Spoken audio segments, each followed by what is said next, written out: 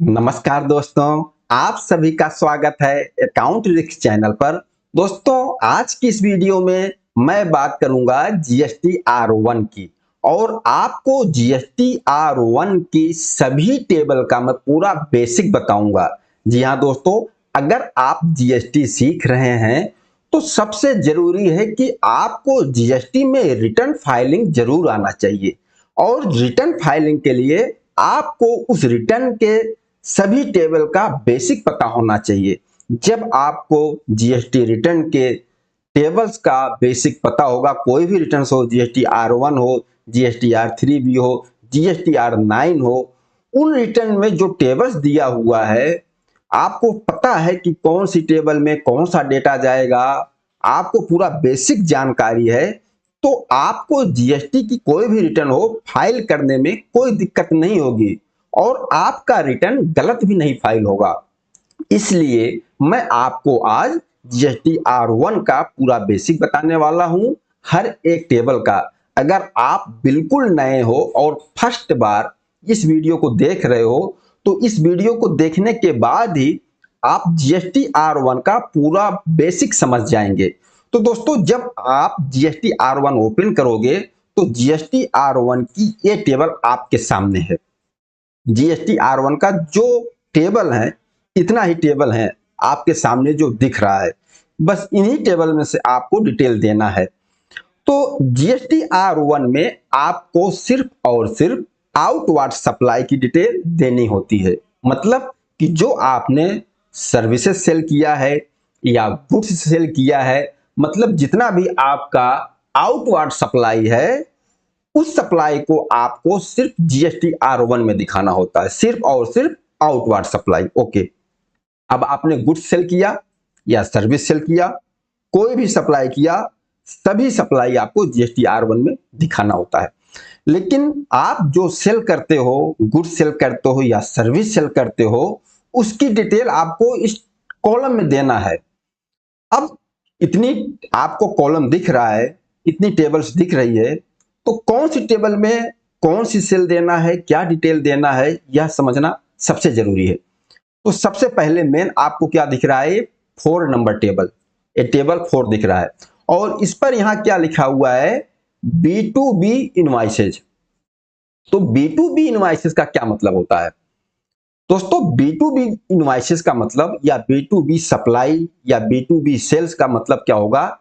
मान लीजिए आप सप्लायर हो, आप गुड्स या सर्विस सेल करते हो, आपने जिसको सेल किया है या आपने जिसको सर्विस दिया है, जो आपका कस्टमर है, वह भी रजिस्टर्ड है, मतलब कि उसके पास भी जीएसटी नंबर है। तो अगर इस तरीके की आप सप्लाई करेंगे, जो आप इनवॉइस बनाएंगे, तो उस इनवॉइस में आप अपने कस्टमर का भी जीएसटी नंबर लिखेंगे। तो आपके पास भी जीएसटी नंबर है और आपके कस्टमर के पास भी जीएसटी नंबर है। तो ये सारी जो सेल होगी, ये सभी सप्लाई आपकी B2B इनवॉइसेस कहलाएंगे।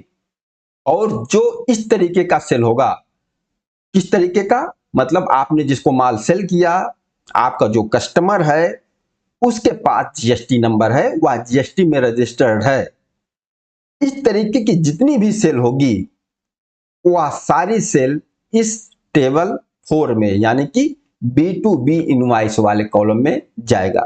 दोस्तों, यह जो 4 नंबर वाला टेबल है, यह क्लियर हो गया होगा कि B2B का मतलब बिल्कुल सिंपल सा है कि आपने जिसको माल बेचा है उसके पास जीएसटी नंबर है, यानी कि वह रजिस्टर्ड पर्सन है, वह सभी सप्लाई आपकी इसमें जाएगी। ओके, अब आता है B2C। अब B2C में आपको 2 कॉलम में दिखाना होगा। देखिए, एक 5 में B2C लार्ज इनवॉइसेस लिखा हुआ है और इसके बाद 7 वाले कॉलम में B2C अदर्स लिखा हुआ है। इसका बेसिक आपको समझना है। सबसे पहले आप यह समझ लीजिए कि B2C का क्या मतलब होगा। B2C का मतलब कि आपका जो कस्टमर है, आपने जिसको गुड्स या सर्विस सेल किया है, वह अनरजिस्टर्ड है, मतलब कि उसके पास जीएसटी नंबर नहीं है। अब वह कंज्यूमर भी हो सकता है या अनरजिस्टर्ड पर्सन हो सकता है। कंज्यूमर का मतलब कि वह उस गुड्स का बिजनेस नहीं करेगा, अपने पर्सनल यूज के लिए लेके जा रहा है। और अनरजिस्टर्ड का मतलब हो गया कि वह बिजनेस करेगा, छोटा बिजनेसमैन है, जीएसटी नंबर नहीं लिया है, लेकिन वो आपसे गुड्स ले जाएगा और उसको सामने सेल करेगा, ट्रेडिंग करेगा, बिजनेस करेगा। मतलब दोनों ही कंडीशन हो, चाहे कंज्यूमर हो चाहे अनरजिस्टर्ड पर्सन हो, आप इस तरीके के सेल करोगे, इस तरीके से कस्टमर को सेल करोगे, तो वह बी टू सी का मतलब कि आप सप्लायर हो, आपके पास जीएसटी नंबर है, आप रजिस्टर्ड पर्सन हो, आपने जिसको गुड्स या सर्विस सेल किया है उसके पास जीएसटी नंबर नहीं है, चाहे वह कंज्यूमर हो या अनरजिस्टर्ड पर्सन हो। आप उसको जो गुड्स सेल किया है या जो सर्विस सेल किया है उसका आप इनवॉइस तैयार करोगे, लेकिन उस इनवॉइस में आप सामने वाले का जीएसटी नंबर नहीं लिखोगे, मतलब उसके पास जीएसटी नंबर है ही नहीं। जो भी उसका नाम होगा आप उसके नाम से और एड्रेस से इनवॉइस तैयार कर दोगे, उस पे जीएसटी नंबर नहीं होगा, मतलब कि वह बी2सी में आ गया, वह बी2सी सप्लाई या बी2सी इनवॉइसेस। ओके, या तो समझ में आ गया कि बी2सी का मतलब यह हो गया कि हमने जिसको माल सेल किया, जो हमारा कस्टमर है, उसके पास जीएसटी नंबर नहीं है, चाहे कंज्यूमर हो या अनरजिस्टर्ड हो, या बी2सी हो गया।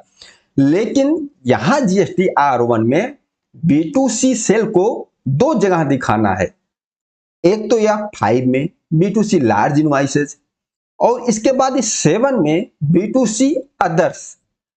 अब बी2सी लार्ज इनवॉइसेस और बी2सी अदर्स, यह क्या डिटेल है, इसका क्या मतलब हुआ?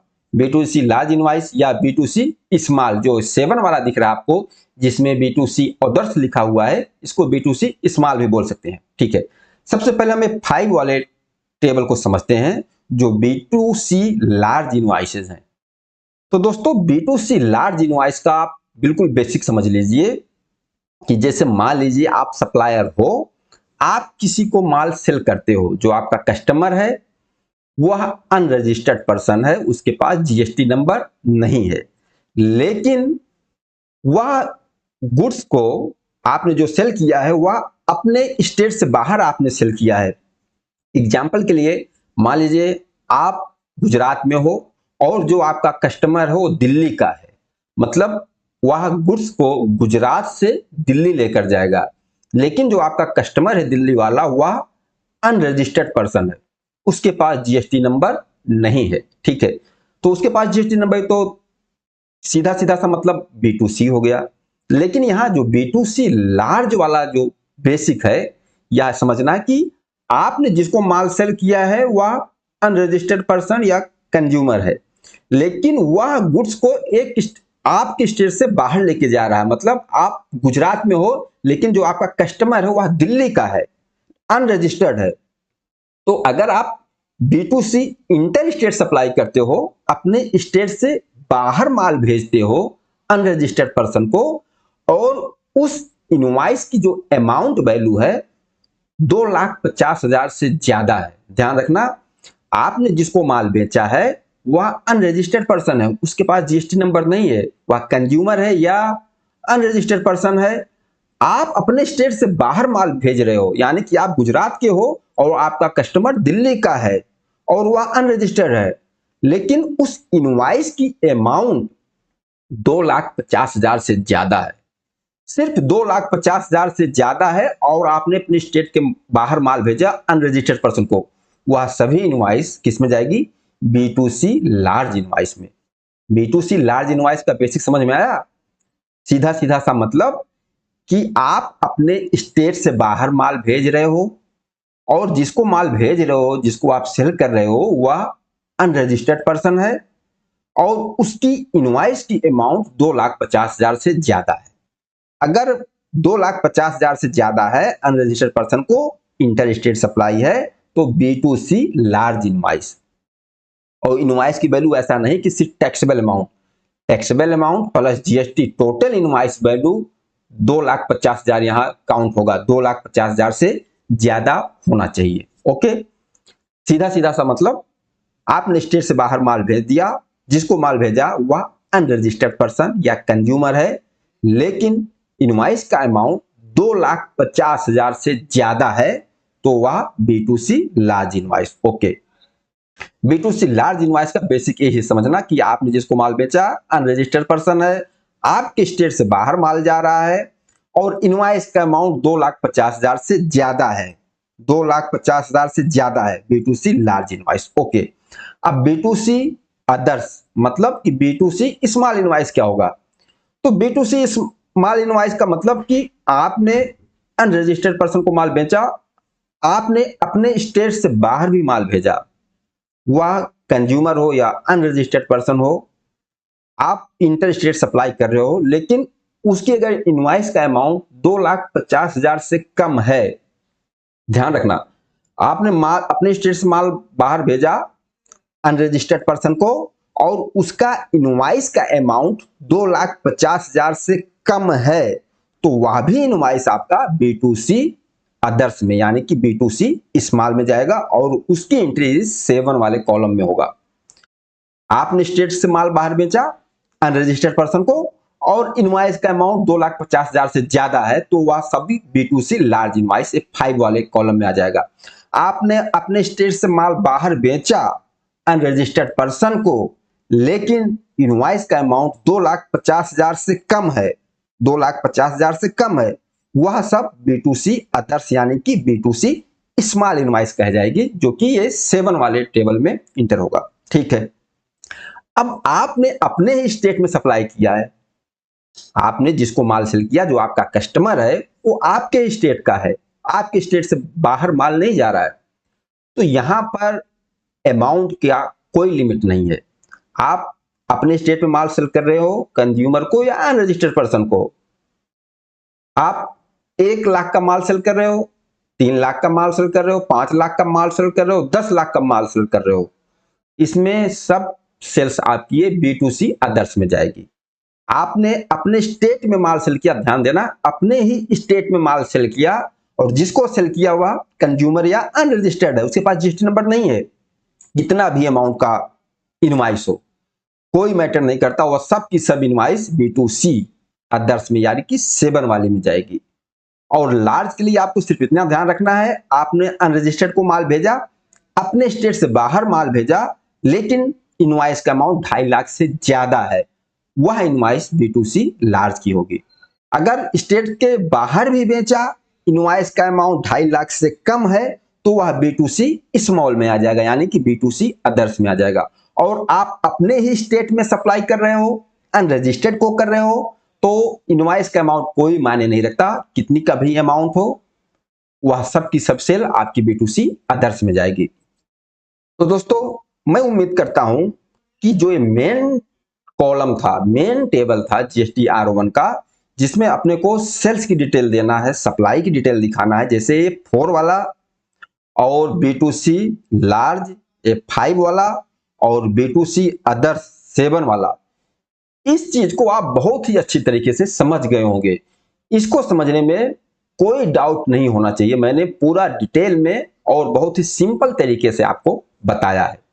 और जो आपका नील रेटेड या एग्जेम्प्ट सप्लाई होगी या नॉन GST सप्लाई होगी, तो उसके लिए जो 8 नंबर दिख रहा है आपको, टेबल 8, इसको ओपन करेंगे, इसमें आपको नील रेटेड सप्लाई आपकी होगी, वह जाएगी, एग्जेम्प्टेड सप्लाई होगी वह जाएगी, या नॉन GST सप्लाई होगी वह जाएगी 8 में। क्योंकि मतलब आप जो भी सप्लाई करोगे, मान लीजिए उस पर GST नहीं चार्ज करना है, GST नहीं लगाना है, विदाउट GST आप सेल कर रहे हो, चाहे एग्जेम्प्ट कैटेगरी का हो, चाहे नील रेटेड का हो, चाहे नॉन GST सप्लाई हो, उस तरीके की सेल, चाहे B2B की हो चाहे B2C का, कोई मैटर नहीं करता, उस तरीके की सेल आ जाएगी 8 वाले टेबल में। नील रेटेड सप्लाई वाला जो लिखा है आपको कॉलम दिख रहा है, इसमें जाएगी।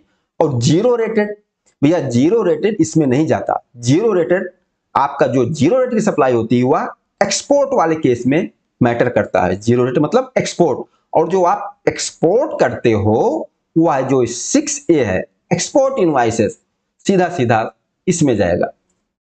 और इसके बाद इसमें क्या बचता है कि ये जो आपको दिख रहा है credit debit note registered 9B, और फिर दूसरा 9B में क्रेडिट डेबिट नोट अनरजिस्टर्ड, इन दोनों का बेसिक समझना बहुत जरूरी है। और इसमें एक बेसिक पॉइंट है, उस चीज को मैं आगे की वीडियो में क्लियर करूंगा, क्योंकि यह वीडियो थोड़ा सा लंबी हो जाएगी। और आजकल हमारे व्यूअर्स को लंबी वीडियो देखना पसंद नहीं है।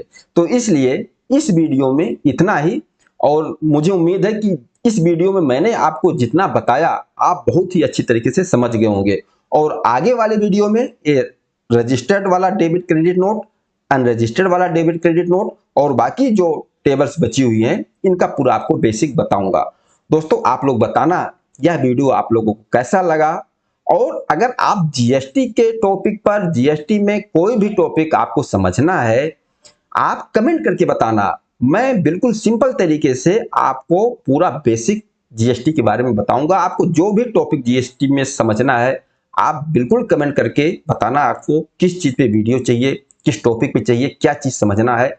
मैं बिल्कुल सिंपल तरीके से समझाने की कोशिश करूंगा। तो दोस्तों इस वीडियो में इतना ही। नमस्कार, धन्यवाद।